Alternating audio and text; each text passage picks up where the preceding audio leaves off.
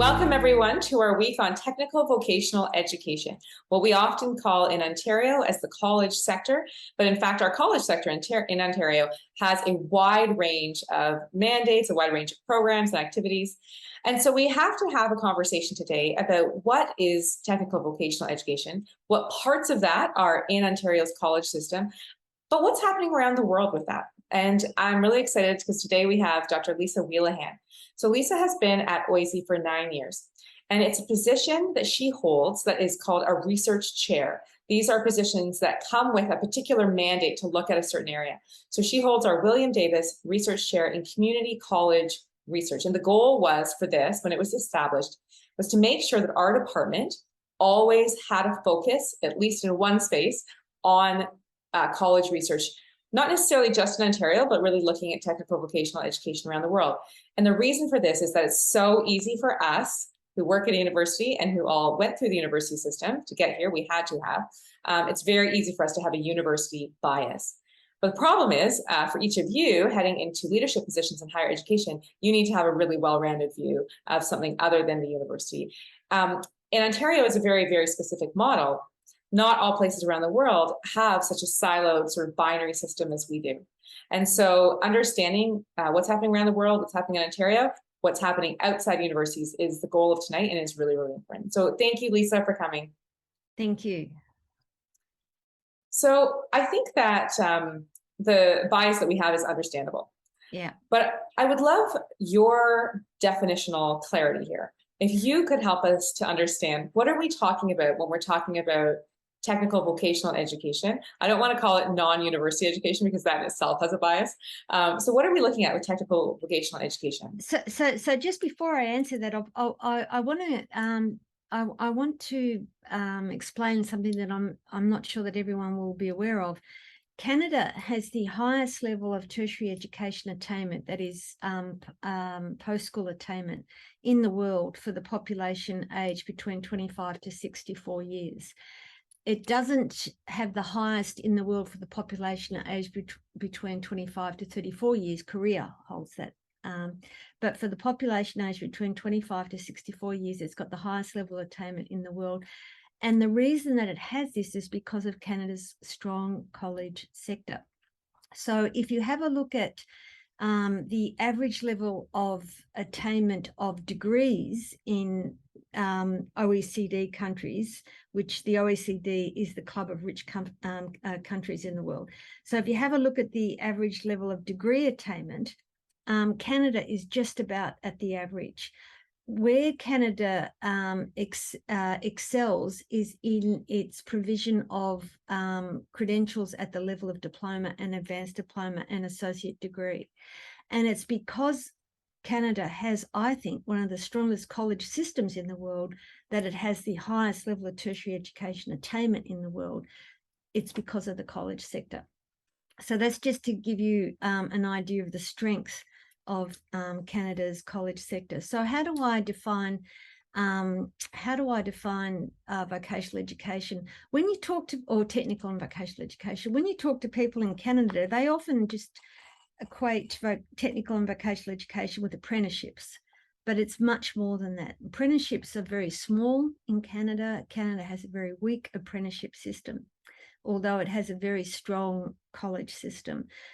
So if you look at Germany and other countries in continental Europe where they have extremely strong apprenticeship systems, they equate their apprenticeship system with the vocational education system. It's the same thing. So in Switzerland, which is reputed to have the very best vocational education system in the world, more than 60% of young people go to apprenticeships in Switzerland.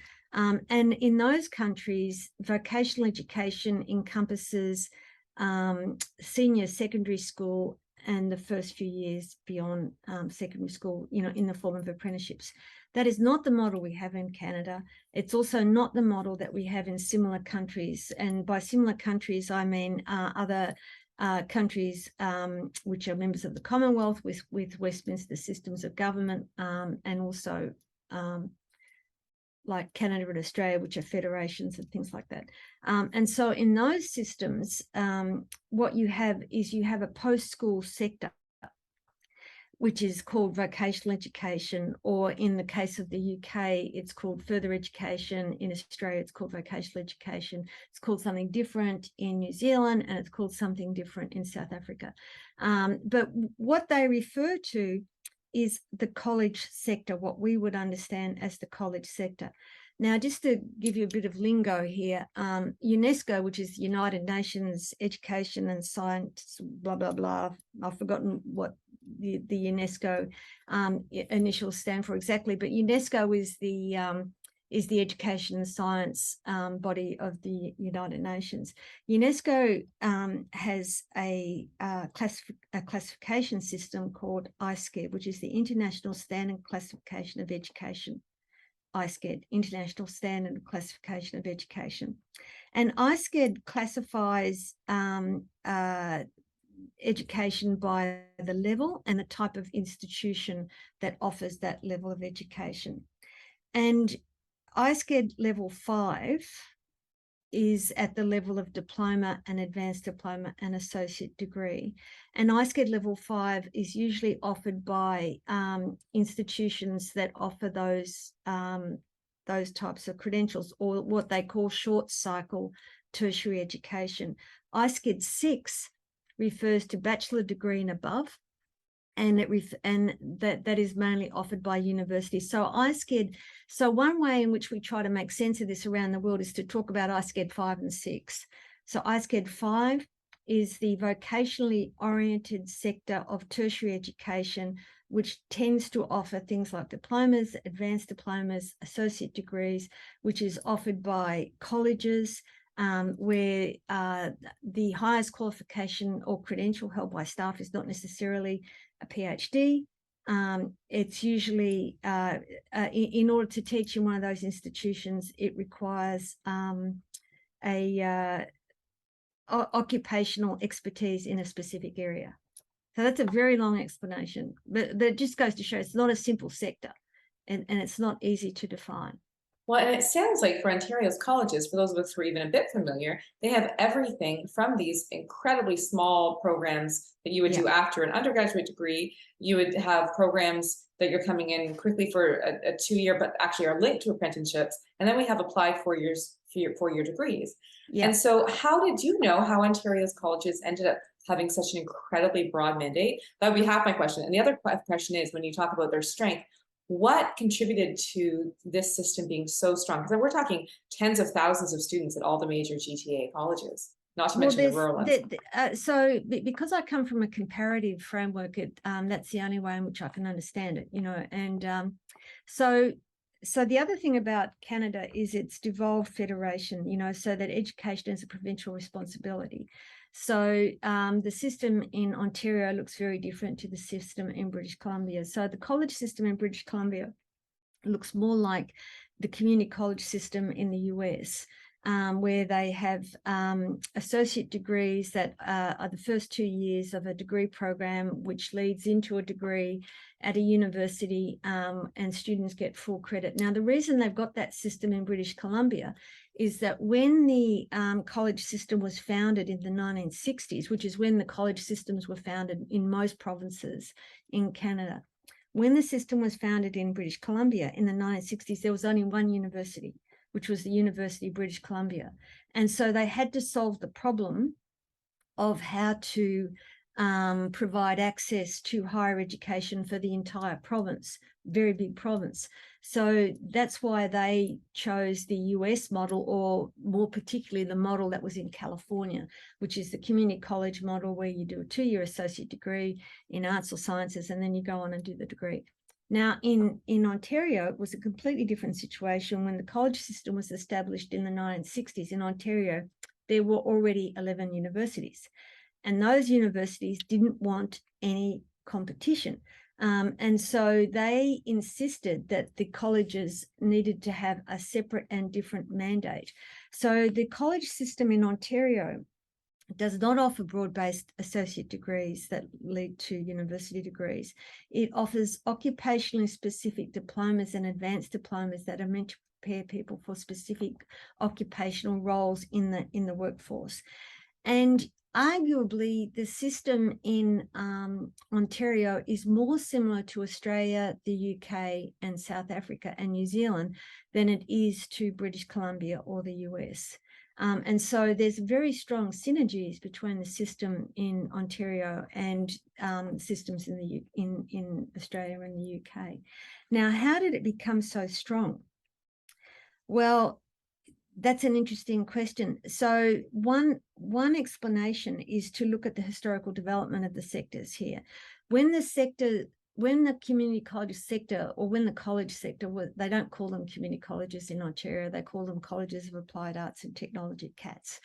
So when the colleges were established in the 1960s, the 11 universities that were in place were mainly based on the US model of broad-based liberal arts institutions, which offered broad-based liberal arts degrees, and then people did their vocational specialization when they did a master's.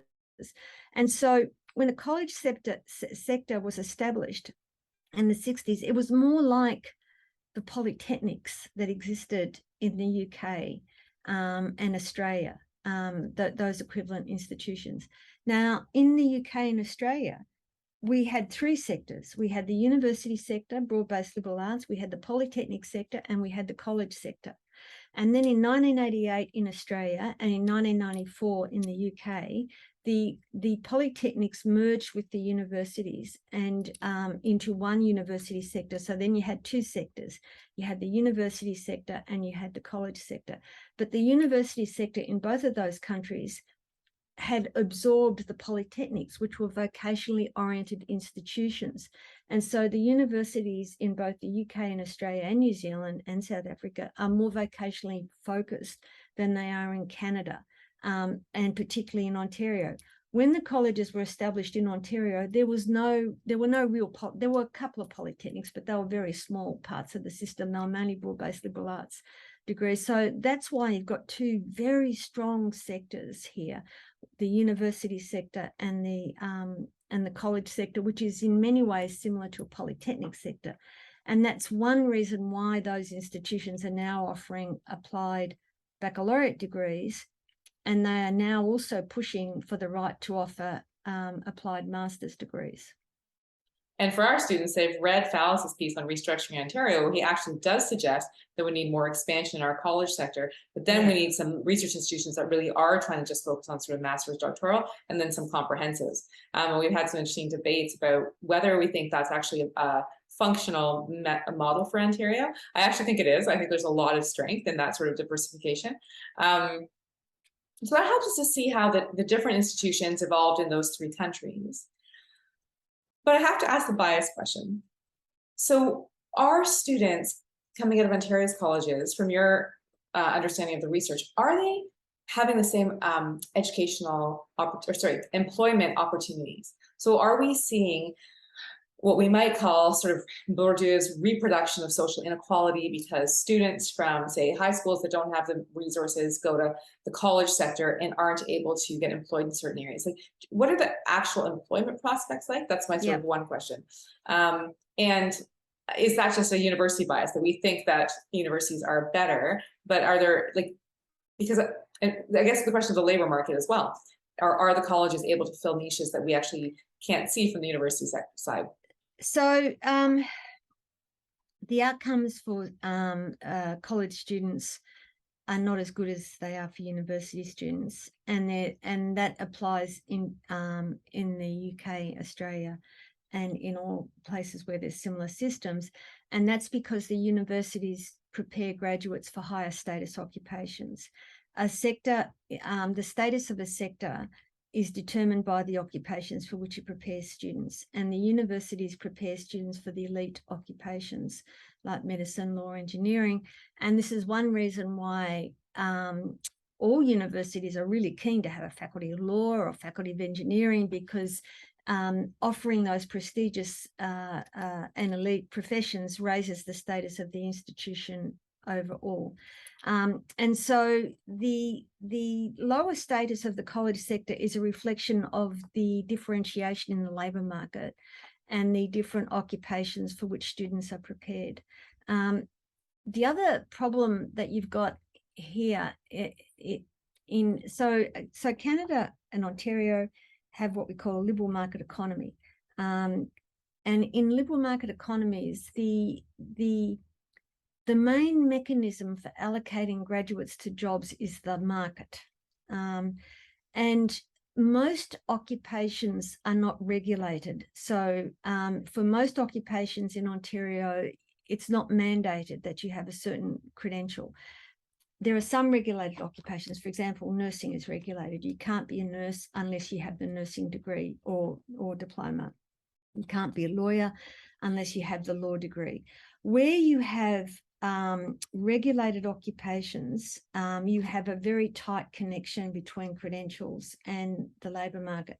Where you have unregulated occupations, like you have in Ontario for the most part, and in the comparator countries also for the most part, then the employers tend to use the level of the credential as a proxy for a graduate's knowledge, skills, ability, and potential. And so that's one reason why the outcomes for university graduates are better than they are for college graduates, is because employers are using that credential as a proxy. It's not fair, it's not just, but that's actually what happens. Now, if you have a look at Germany, the vocational education does not have the same status as university education, but it still has a very high status. And Germany overall has a much lower level of social inequality. So even though the outcomes for the apprenticeship system are not as good as they are from the university system, they're still very good, and they still lead to very good outcomes. Now, they do here, but there is a much greater class distinction here, and so and distinction by socioeconomic status. Canada is a more unequal country than Germany or most of continental Europe. That is reflected in the outcomes of the education systems in those respective countries. So I find that really interesting because often I hear about these sort of labor market shortages. We really need heavy machine operators out in Fort McMurray, and actually only the college sector can solve that. But what you're saying is that, yes, you can definitely get employed, but it's the level of this, it's the status of that job that's then going to determine sort of your quality of life, your income, and things like that. And so we will continue to have universities offer things that are higher status. But it's not just that. It's the so the problem is that it's the structures of the labor market that shape outcomes for students, not what colleges or universities do so much. So it isn't just a matter of colleges teaching what the labor market wants. The problem is that because most occupations are not regulated in the labor market, employers are very general in what they're looking for. They're not looking for specific knowledge and skills. So this discourse of a skills mismatch. Oh, interesting. Yeah. It is actually deeply problematic because it doesn't actually look at what happens in the labor market. It focuses on what happens in colleges and universities. And in our work, we argue that if government and employers want a better connection between college and university credentials and jobs, then the only way to do that is to regulate the labor market, not to try and screw colleges and universities tighter by forcing them to focus more specifically on specific skills required in the labor market. Well, this is a helpful way of helping the students to understand a concept we've talked about in this class for their final papers, which is what's your unit of analysis? And so a simple way in this conversation is saying, well, who gets the blame, right? It's the same conversation we have when we talk about student learning. We say, is it the professor's fault because they didn't, or sorry, a student who's not learning perhaps, is it the professor's fault that we didn't have great curriculum? Is it academic support systems? Is it the student because they never showed up to class? And so it's a similar question of, are there gaps in the pipeline between learning and earning? And is that a university college problem, or is that the labor market problem? So this becomes a really important distinction as you write your papers, that you need to know what piece you're analyzing. And even though you might get stuck in a paper where you're like, oh my goodness, all these factors contribute, that's absolutely fine. But as social scientists, you're allowed to narrow your focus and look at one. We are definitely part of huge systems where everything from primary education onward to what the labor market is doing might affect a student's employment, but you're allowed to pick that very specific social phenomena that you're analyzing in this paper. So this is a great example of this and how Leesa's described this tension between the actual thing we do at colleges and universities and the labor market that's going to receive these graduates. So one of the last questions I have for you relates to this micro-credential. So you have written more recently on micro-credentials. So we're talking very short cycle things. So is there even a full definition for that yet? Like, is there a thing that is? And I wanted to know, how is that reshaping what we do within more formal institutions? Are we doing the micro-credentialing? And is there like a really big critical question we should be asking about how this how this sort of reproduces the inequality of people who have to constantly get retrained for everything as their jobs are outsourced and as they sort of exist in this precarious spot? So there's an emerging consensus on defining micro-credentials, which is that they are substantive enough to be credentialed. And usually the EU, I think, is defining that as about 6 months, New Zealand about 6 months, Australia about 6 months. And a micro-credential can also be made up of more micro components like digital badges, micro units of learning and that sort of thing, so the issue is what gets credentialed. And what gets credentialed is usually something about 6 months, although the way that's built up might differ. Yes, the big question is, what should the purpose of education be? Is it just to provide specific skills that are narrowly defined for specific jobs and roles in the labour market, or is it to prepare people for their lives as citizens, as parents, as workers who contribute to their communities, to their families, and to society? So that's the big question. What micro-credentials do is that governments have been using them as a tool to discipline higher education institutions to focus more specifically on job outcomes and job-related outcomes, and to narrow the focus of what they do even further to the production of human capital, but defined even more narrowly than that, human capital defined in terms of specific skills needed for specific jobs. Why have they become so pervasive? I think it's again to do with the structures of the labour market and the increasingly contingent nature of jobs. We in countries like Canada and similar systems, we're moving to a system where a majority of people will not be in jobs where they've got union conditions, permanency, pensions, and the like. And micro-credentials are a response to precariousness in the labour market, where individuals have to take on the risk for second-guessing what the labour market's going to require.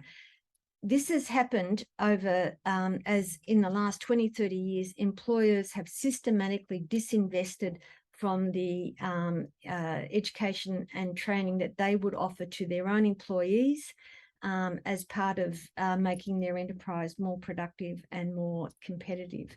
The employers now expect individuals to come with this ready to hit the ground running rather than being work ready. So the difference between being work ready and hitting the ground running is if you're work ready, then the employer can train you in what's required for their specific enterprise. Hitting the ground running means you come, for example, with the Microsoft certification under your belt, and then you pay for increasing that, for augmenting that as time goes on. Now, the problem with this is, I mean, there's many problems, but one of the problems is that it's being used the language of social inclusion is being used to justify and legitimate micro credentials. What working class people need, or what people from disadvantaged backgrounds need, is they need the skills to get a job quickly. Now, the problem is in countries like Canada and the US, where you have mass and universal systems of higher education, you must have a higher education credential if you are to get a good job, and if you're able to participate in society, and to participate in a life that's associated with a cultured society. Now, in the US, you've got there's been some research by New America, which is a philanthropic foundation, which has looked at what are the labour market outcomes for people who do micro credentials if they have no other credential, right? If they don't have an associate degree, or if they don't have a degree or anything like that, and the outcomes are not good. So people with micro credentials might be a bit more likely to get a job than people without, but it's not going to be a very good job. It's not going to be a safe job. It's not going to be a permanent job, and the pay is not going to be very good. The prospects are going to be very poor. So the problem for policy is not how many people can we get through micro credentials. The problem for policy should and must be, how can we ensure everyone in society has access to a meaningful higher education credential that has value in society and in the labour market? And that's what's needed for social inclusion. It's a hard problem, but it doesn't go away just because you substitute micro credentials for that.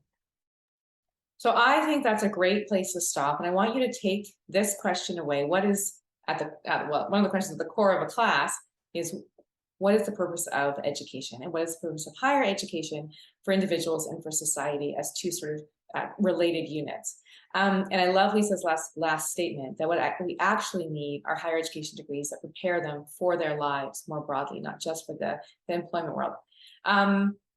For those of you who are thinking of more theoretical papers, this is a really great question to begin to look at the different philosophies of education that have run through the history of higher ed. Of course, you're going to go to week one when you're looking at Newman and Flexner and Kerr, and you're going to begin to think, well, what does that mean now in an era of globalization, an era of precarity, and an era of micro-credentials? So I can't wait to hear your questions. Leesa's joining us on Thursday, the 2nd of November, maybe. Let me see my dates here, the 3rd of November. So please bring your questions. I always say, don't try and think of smart questions, ask authentic questions. What don't you understand? What are you curious about? I would love to hear if anyone has experience in the college sector. Each year I usually have 1 to 2 students who may have used that as a pathway into the university sector, and they bring a lot of rich experience. Some of you may have experiences with career colleges, which are a different thing. We can talk about that on Thursday as well. There's a great article by CBC that came out on international students and the sort of mismatch with their admissions into different types of college in Ontario. So lots of questions that we're going to bring. Have a great week, and as always, keep in touch. Thanks, Leesa. Thanks.